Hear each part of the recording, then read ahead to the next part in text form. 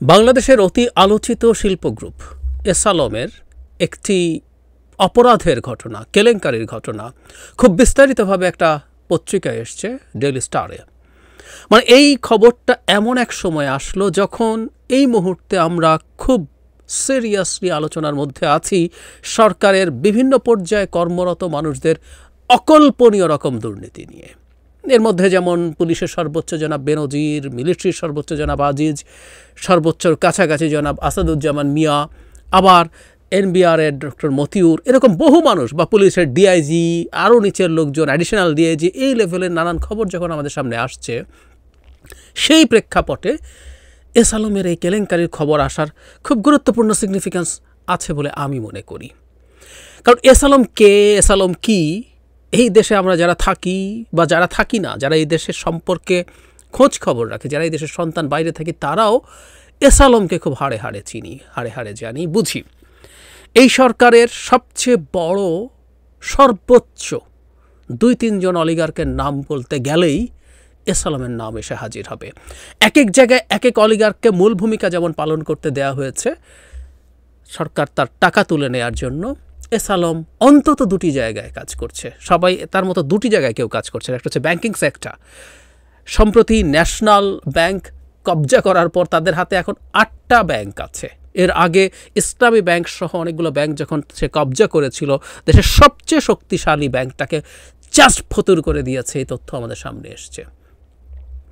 আর আরেকটা জায়গা, সেটা হচ্ছে ভোগ্যপণ্য বাজারে যে সিন্ডিকেট হয়, ভোগ্যপণ্যের সিন্ডিকেটও এসালম খুব গুরুত্বপূর্ণ খেলোয়াড়। এখন এসালমের এই রকম তথ্য আমাদের সামনে কেন আসছে? আর এটাই নতুন না, এর কিছুদিন আগেও একটা তথ্য এসেছিল আমাদের মনে থাকার কথা। আমরা দুটোকে একত্র করে আলোচনা করতে চাই এবং বুঝতে চাইব কি হচ্ছে আসলে, কেন হচ্ছে, কি সমস্যা সরকারের মধ্যে। হেডলাইন এরকম, ডেইলি স্টারের রিপোর্টে 3 বছরে এসালমের 2 প্রতিষ্ঠানের 3,538 কোটি টাকা ভ্যাট ফাঁকি। ভ্যাট ফাঁকি এবং এর জরিমানা সহ এসালম ভেজিটেবল অয়েল ও এসালম সুপার অ্যাডিবল অয়েল লিমিটেডের কাছে সরকারের পাওনা 7,000 কোটি টাকার বেশি। এনবিআরের ভ্যাট শাখার একটি অডিট প্রতিবেদন অনুযায়ী ভ্যাট রিটার্নে কম ক্রয় বিক্রয় দেখানো সহ বিভিন্ন উপায়ে 2019 থেকে 2022 সালের মধ্যে কোম্পানি দুটি ভ্যাট ফাঁকি দিয়েছে। এর মধ্যে কোম্পানি দুটি 3,538 কোটি টাকার মূল্য সংযোজন করে ভ্যাট ফাঁকি দিয়েছে এবং আরও 3,531 কোটি টাকা জরিমানা করা হয়েছে। তাতে টোটাল 7,000 কোটি টাকার মতো হয়েছে। খুব বড় একটা বিস্তারিত রিপোর্টটা আপনারা একটু দেখে নেবেন। এই রিপোর্টে খুঁটিনাটি দিয়ে অত্যন্ত বিস্তারিতভাবে দেয়া আছে। এখানে যেটা বলা হয়েছে সেটা এরকমই মোটা দাগে বলি। সেটা হচ্ছে, আপনি ভ্যাট ফাঁকি দেওয়ার জন্য প্রায় সব কোম্পানিগুলো কী করে, এক ধরনের দুটো তারা অ্যাকাউন্ট মেনটেন করে। এটা বাংলাদেশের অনেকের মধ্যে চর্চা আছে, যে চর্চাটা একটা অপরাধ। আপনি যে পরিমাণ বিক্রি করছেন সে পরিমাণ বিক্রি আপনি শেষ পর্যন্ত দেখান না, কারণ বিক্রির সাথে তো ভ্যাট আছে। এবং একটা কথা আমাদের মনে রাখা দরকার, ভ্যাট আর ইনকাম ট্যাক্সের মধ্যে একটা ডিফারেন্সের জায়গা আছে। আপনি ব্যবসা করলেন, প্রফিট করলেন, সেখান থেকে ইনকাম ট্যাক্স দিলেন। আর ভ্যাট ইনফ্যাক্ট আপনি নিয়েছেন। ভ্যাট জনগণ দেয়, তাই তো? প্রতিটা বিক্রির সময় ভ্যাট জনগণ দেয়। জনগণ যখন ভ্যাট দেয়, যে কোনো প্রতিষ্ঠানের কাছ থেকে যখন তেল কিনে নেয়, যখন ভ্যাট দেয়, ওই ভ্যাট কিন্তু সহই আপনি টাকাটা নিচ্ছেন। কিন্তু আপনি যখন কম শো করছেন, তার মানে জনগণের দেয়া টাকাটা আপনি মাঝখান থেকে খেয়ে ফেলছেন। এই কাজ বাংলাদেশের অনেক কোম্পানি করে, এসালমও করেছে। তার 2টো কোম্পানিতেই 7,000 কোটি, আমরা সরিয়ে যদি রাখি অন্তত জরিমানা বাদ দিল 3,500 কোটি টাকা 3 বছরের মধ্যে জনগণের টাকা পকেটে পুরে ফেলেছে। বুঝতে পারছি আমরা ব্যাপারটা কেমন। খুব বিস্তারিত আছে, এটা দরকার নেই। অডিটের রিপোর্টে কি আছে না আছে, কোনখান থেকে কিভাবে কি করেছে, বেসিকটা আবারও বলছে এইরকম যে তারা ইম্পোর্ট করেছে, তারা লোকাল মার্কেট থেকেও প্রচুর এরকম তেল কিনেছে, মানে অন্য ইম্পোর্টারদের কাছ থেকে কিনে সবগুলো তারা পরিশোধন করেছে, কিন্তু দেখিয়েছে কম। একটা খুব ফানি ঘটনা আছে। ফানি ঘটনা হচ্ছে, এসালম এটার ব্যাখ্যা দিচ্ছে। মানে এই ব্যাখ্যাটা আমি খেয়াল করি, খুবই ইন্টারেস্টিং। কোম্পানি দুটির চিঠিতে বলা হয়, আমরা প্রতি অর্থ বছরে কোটি কোটি টাকার রাজস্ব সরকারি কোষাগারে জমা প্রদান করিয়া থাকি, কিন্তু আমাদের বৃহৎ প্রতিষ্ঠানটি পরিচালনার জন্য ব্যাংক ঋণের প্রয়োজন এবং আমরা ব্যাংক ঋণ গ্রহণ করিয়াই প্রতিষ্ঠানটির উৎপাদন ও ব্যবসায়িক কার্যক্রম পরিচালনা করিয়া আসিতেছি। সেই ক্ষেত্রে ব্যাংক হইতে ঋণ গ্রহণের জন্য আমাদেরকে অতিরিক্ত লেনদেন সিএ ফার্ম কর্তৃক সম্পাদিত অডিট রিপোর্টে দেখাইতে হয়। আমি যেটা আবারও পড়ি, সেই ক্ষেত্রে ব্যাংক হইতে ঋণ গ্রহণের জন্য আমাদেরকে অতিরিক্ত লেনদেন সিএ ফার্ম কর্তৃক সম্পাদিত অডিট রিপোর্টে দেখাইতে হয়। ব্যাংক হইতে ঋণ গ্রহণের জন্য উল্লেখিত অডিট রিপোর্টে অতিরিক্ত বিক্রয় মূল্য প্রদর্শন করা হইয়াছে, কিন্তু সঠিক বিক্রয় অনুযায়ী দলিলপত্র দাখিল করা হইয়াছে এবং সেই মোতাবেক মূসক পরিশোধ করা হইয়াছে। মানে আপনি যেহেতু লোন নেবেন, আপনি বলছেন আপনি আপনার বিক্রি বাড়িয়ে দেখাচ্ছেন, আবার জেনুইন বিক্রি যেটা সেটা আবার আলাদাভাবে দেখিয়েছেন। তার মানে খুব সোজা, এর নিচেই, এই রিপোর্টের নিচেই একটা জায়গায় আছে, এই কথাটা লজিকলি বলা হয়েছে যে আপনি আসলে তাহলে একটা ফৌজদারি অপরাধ করেছেন, যে আপনি লোন পাওয়ার জন্য আপনার যে পরিমাণ সম্পদ আছে, আপনার বিক্রি যে পরিমাণ আছে, তার কয়েক গুণ বাড়িয়ে দেখাচ্ছেন। বাংলাদেশের লোন নিয়ে যত 2 নম্বরই হয়েছে তার প্রায় সবগুলো এরকমই। আপনি একটা জমি যদি কোলাটারাল দেখান, সেটার দাম যদি 1 টাকা হয়, আপনি 10 টাকা দেখান, দেখিয়ে লোন নেন, নিয়ে মেরে দেন বা যাই করেন। এখানেও ঠিক এই কথাটা তারা তাদের অফিসিয়াল জবাবে বলছে, তারা এটা করেছে। আসলে ব্যাপারটা তো আমরা বুঝতে পারি, আপনি আসলে দিনের শেষে এই টাকাটা মেরে দিয়েছেন, বা উল্টো যদি আপনি ওটাও করে থাকেন, সেটাও একটা ফৌজদারি অপরাধ করেছেন। এখন প্রশ্ন হচ্ছে, এস আলম, মানে বাংলাদেশে এস আলমের কাছে 3,500 কোটি টাকা, তো মাত্র শুধু না, অতিমাত্র টাইপের কোনো শব্দ থাকলে সেটা হতে পারে, এটা অতিমাত্রের মতো ব্যাপার, তুচ্ছ ব্যাপার। এবং এস আলমের এই অবিচার, মানে এই অন্যায়, এই অপরাধ, এই কেলেঙ্কারি ধরছে কে? NBR, which is very important. আমি আসবো এই জায়গায় আবার কেন ইম্পর্ট্যান্ট বলছি। এর আগে আমাদের একটা রিপোর্টের কথা নিশ্চয়ই মনে আছে, এস আলমের আলাদিনের চেরাগ। এই রিপোর্টটাও ডেইলি স্টারে পাবলিশ হয়েছিল অগাস্ট 4, 2023, তার মানে 1 বছরেরও কম সময় আগে, মোটামুটি 10 মাস আগে এই রিপোর্ট।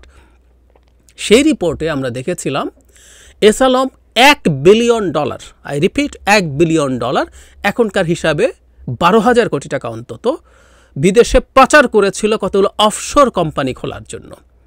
সোজা সাপটা কথায় টাকা পাচার হয়েছিল, এই রকম একটা রিপোর্ট তখন এসেছিল। মানে এস আলমের বিরুদ্ধে একটা রিপোর্ট টাকা পাচারের বাংলাদেশের মাটিতে অবাক করেছিল আমাদের অনেককে। অবাক হওয়ারই কথা। সর্বোচ্চ 2-3 অলিগার্কের এক অলিগার্ক হয়ে, যিনি এই দেশের প্রধান লুটপাটের সাথে জড়িত, নানা রকম জায়গা থেকে বিভিন্ন ফর্মে টাকা তার ক্ষেত্রে তুলে নেওয়ার অভিযোগ আছে।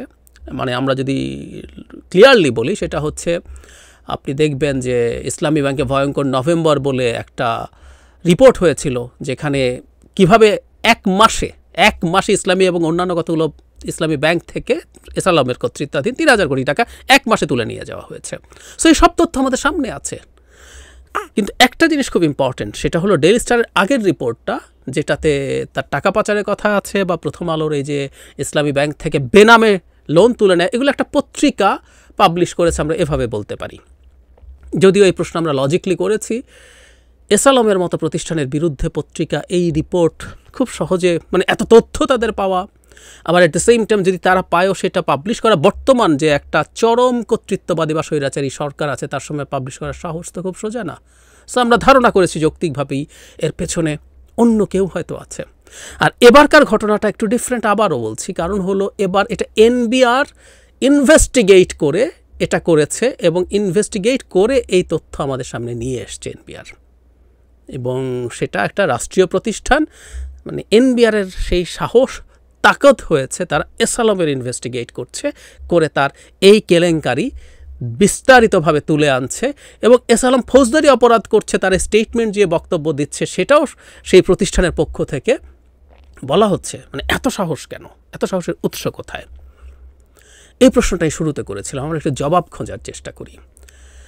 যখন বেনজির, আজিজ আহমেদ, আসাদুজ্জামান মিয়াদের তথ্য আমাদের সামনে আসতে শুরু করলো, তখন আমরা এই আলোচনা যৌক্তিকভাবেই করেছি যে এটা আসলে এত সহজ ছিল না। এবং আমরা দেখব যে ওই রিপোর্ট, বিশেষ করে যারা বেনজিরের রিপোর্টটা একটা স্পেসিফিক শিল্পগোষ্ঠীর একটা পত্রিকাতে এসছে, এবং সেই পত্রিকার সাথে আরেকটা গ্রুপের সংঘাত আছে, যে সেই শিল্প গ্রুপের সাথে আরেক শিল্প গ্রুপের সংঘাত আছে, যাদের সাথে বেনজিরের যোগাযোগ ছিল বলে ধারণা করা হয়।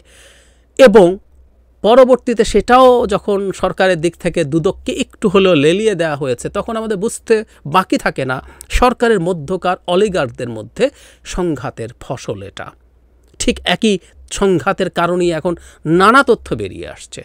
যেন আসাদুজ্জামান মিয়ার ক্ষেত্রেও আমরা ধারণা করি একই রকম ঘটনা ঘটেছে। ঠিক একইভাবে এস আলমের মতো গ্রুপকে যখন গত বছর অগাস্টে এই রকম একটা ধাক্কা ফেস করতে হলো, সেটার রেশ যেতে না যেতেই, সেটা রেশ কিন্তু এখনও চলছে। কারণ আমরা জানি এই আলাপ আমরা দীর্ঘদিন আমরা করছি, আমি নিজে বহুবার করেছি, যে $1 বিলিয়ন আপনি পাচার করার মতো যথেষ্ট নির্ভরযোগ্য তথ্য উপাত্ত দিয়ে ডেইলি স্টার রিপোর্ট করেছে, কিন্তু আজ পর্যন্ত দুদক এস আলমকে ডেকে সেটা ইনভেস্টিগেট করে নাই। তার যে ইয়ের ক্ষেত্রে, বেনজিরের ক্ষেত্রে যা হয়েছে, তার সম্পদ, তার ব্যাঙ্ক অ্যাকাউন্ট ফ্রিজ টিজ করা, কিছুই করা হয় নাই। সো এই আলাপটা আমরা করছি, কিন্তু সেইটা গিয়ে আরেক বছর পূর্তি হতে না হতে এরকম আরেকটা তার উপরে কেলেঙ্কারি, মানে আপনি এস আলমকে ৩,৫০০ টাকা ফাঁকিতে অ্যাকিউজ করছেন, সাথে জরিমানা দিয়ে ৭,০০০ কোটি টাকা তাকে পে করতে হবে বলছেন, খুব সোজা না, এনবিআরের পক্ষে কোনোভাবেই সোজা না। সুতরাং আমি নিশ্চিতভাবে বলতে পারি, মানে এস আলম এই কাজটা করে নাই তা বলছি না, ওনারা এটা না, আরও বহু করে গেছেন, নানা রকমভাবে করে গেছে, বাংলাদেশে আরও বহু অলিগার্ক এই কাজগুলো করে। কিন্তু এই মুহূর্তে দেয়ার্স এ সিগন্যাল, কোনো জায়গা থেকে এনবিআরকে দেওয়া হয়েছে এস আলমের এই ব্যাপারগুলো দেখতে হবে, ধরতে হবে। বটম লাইন কি? বটম লাইন হচ্ছে, একটা স্টেট যদি মোটা দাগে আইন কানুন নিয়ম বিধিবিধানের মাধ্যমে চলে, মোটা দাগে বলছি, আমাদের মতো দেশ ইউরোপ হয়ে যাবে না, কিন্তু মোটা দাগে যদি চলে তাহলে সেটা এক ধরনের প্র্যাকটিস সোসাইটিতে নিশ্চিত করে। আর যদি একটা স্টেট কার্যত মগের মুল্লুকে পরিণত হয়, মাফিয়া স্টেটে পরিণত হয়, তখন খুব স্বাভাবিকভাবেই প্রত্যেকটা মাফিয়া চেষ্টা করবে কত বল প্রয়োগ করে তার শক্তি দেখাতে পারে। সে যত বেশি শক্তি দেখাতে পারবে, সে তত বেশি যে কেকটা সবাই মিলে খাচ্ছে তার বেশি পার্সেন্টেজ, তার বেশি অংশ সে খেয়ে ফেলতে পারবে। শুধু এই বল প্রয়োগের মাধ্যমেই তখন বাকি সব কিছু নির্ধারিত হয়। এস আলম অত্যন্ত মহাপরাক্রমশালী একটা প্রতিষ্ঠান।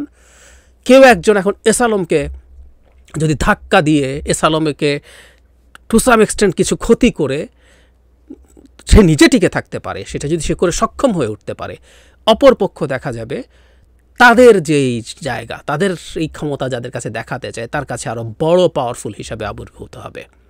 সো এস আলমের বিরুদ্ধে এই মুহূর্তে এটাকে আশাকে আমি এভাবেই ব্যাখ্যা করতে চাই।